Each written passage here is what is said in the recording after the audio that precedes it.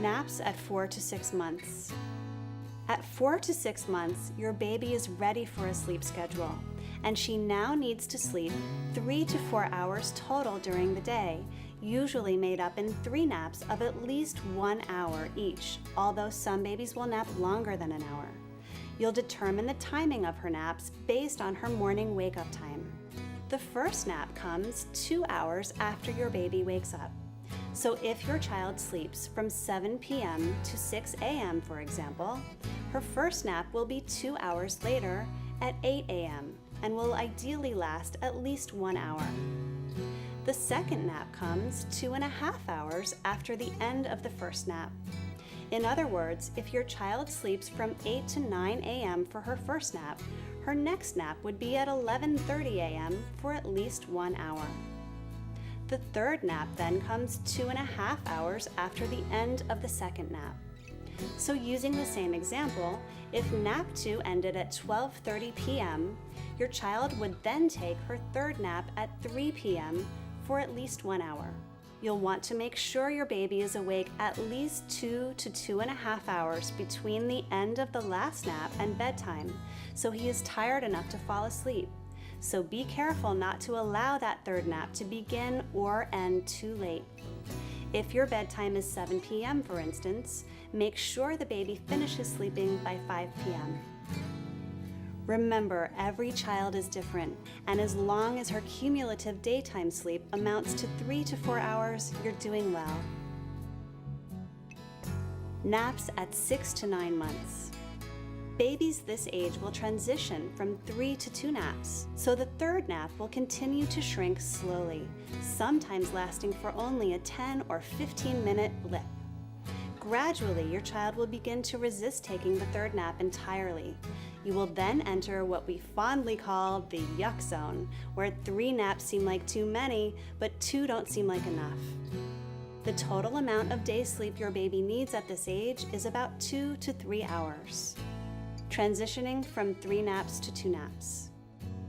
When shifting from 3 naps to 2 naps, your child will now nap 2.5 hours after the wake-up time, and the second nap will now come 3 hours after the end of the first nap. So if your child wakes at 6:30 a.m., move nap 1 to 9 a.m. If she sleeps an hour, nap 2 will now happen at 1 p.m. When your child first begins to transition from 3 to 2 naps, you'll probably need to adjust your child's bedtime earlier by a half hour to as much as an hour to help him avoid becoming overtired.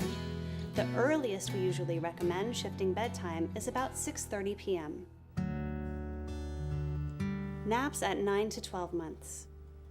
At some point, children this age begin to resist either their morning or afternoon nap, fooling many parents into thinking that it's time to transition to 1 nap a day. Not quite.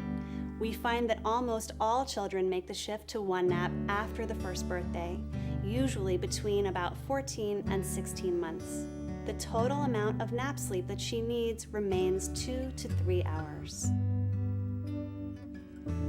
Naps at 12 to 24 months.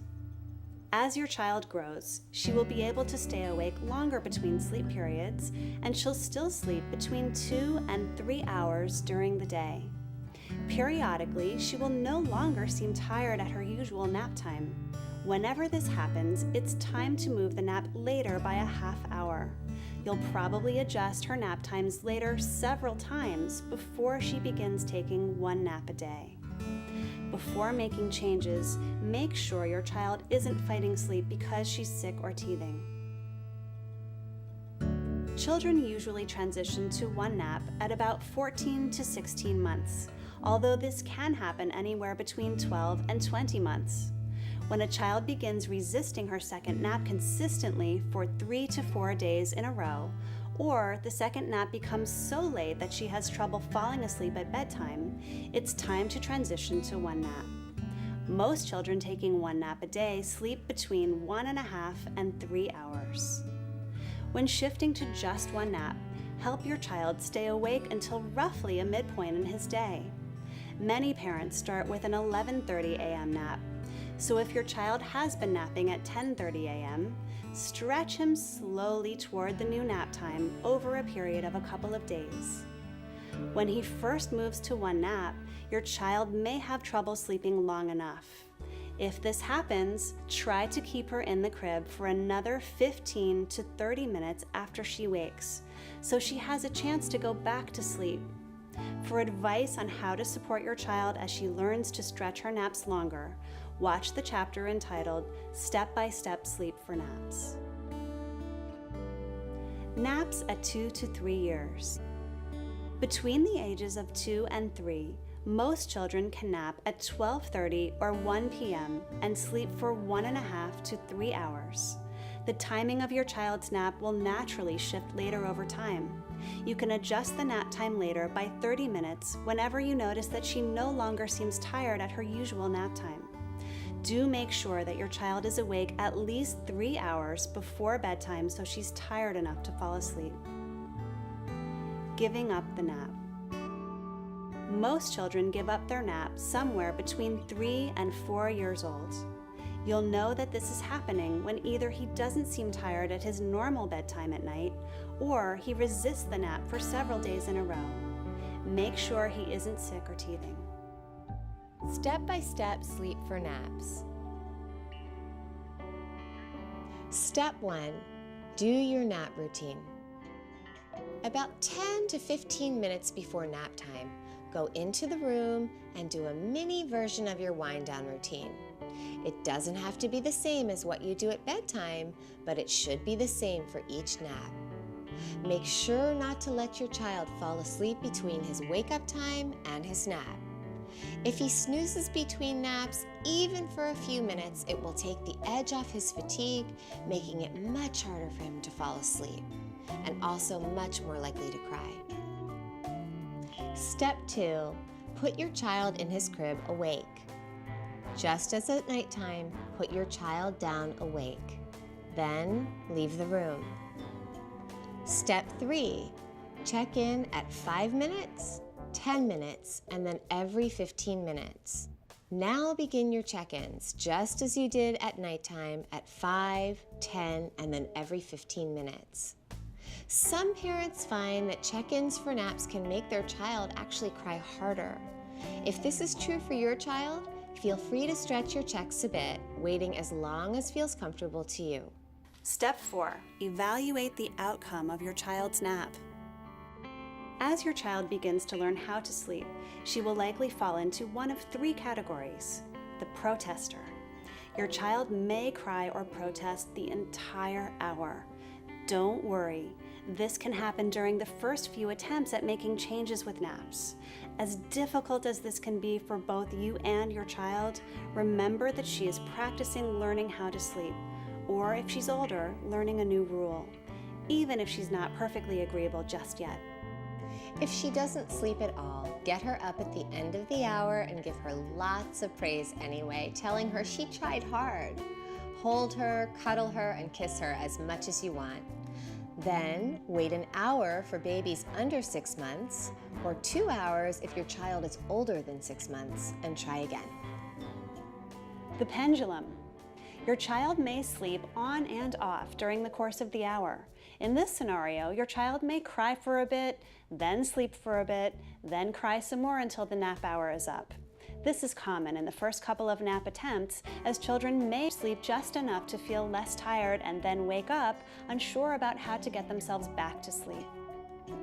Regardless of how much she slept, if she's awake at the end of the hour, get her up. Once you've taken your child out of her crib at the hour marker, keep her up until the next scheduled nap time, or as close as you can get to it. The procrastinator. Your child may protest for a significant portion of the hour and finally get herself to sleep. In this scenario, your child may cry for most of the hour, even 59 minutes, then put herself to sleep. Hooray, she did it! Let her go ahead and sleep as long as she likes, up to 2 hours from the time she fell asleep. After 2 hours, wake her up. If she's due for another nap, keep her up the appropriate amount of time according to your schedule. Whether your child sleeps or not, congratulate her for doing such a great job of trying. Older children who understand your words will feel tremendously proud of their accomplishments. Let's now visit the Duncans. Baby Kate was 7 months old when we visited. The first thing we did for Kate was to set up a specific nap schedule. The formula for a baby at this age for naps is 2 hours from when they wake in the morning, they go down for nap number 1, and that nap is at least an hour, okay? So let's say it's 8 to 9. Then the formula is 2.5 hours from 9, wake up time, to nap 2, which is 11:30 to 12:30 in your case. From 12:30, 2.5 hours would be 3, and then 3 to 4. So you see how the naps are balanced really nicely. 1 in the morning, 1 in the midday, 1 in the afternoon.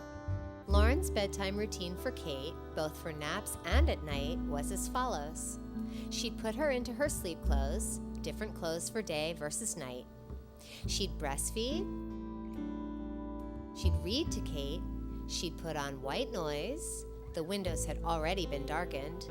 And then calmly tell Kate that it was time to sleep and put her into her crib awake. Baby, it's time to go night-night. I know you can do it. Oh, Big Gun, yes. Yes, I know you can do it. I know you're tired. This is good for you. Mommy loves you. Daddy loves you. Let's go night-night. Oh. Our hidden camera tells us what Kate thought of all of that. Right now for Kate. We went to our she's station and began our 5, 10, and 15-minute check-in schedule. Lauren had to be very patient as Kate was not going to let up anytime soon. Sleep. Now you're going to see her shortly. You're going to see her very soon. You can kiss her, you can hug her, you can hold her. But if she can't get herself to sleep, she's not going to get enough sleep during the day. So when we go in there, we want to go near her, somewhere in between the door and her crib, but we don't want to have you touch her, okay? Mommy's right out in the hallway. I love you. I love you. You can do it, sweetie. Lay down and go night-night. Okay, night-night, baby. Mwah. Come on, baby. Mommy's here. I love you. I know it's tough. I know it's tough. But it's time to go to bed. You're going to feel much better. And I'll see you in about 45 minutes. Love you.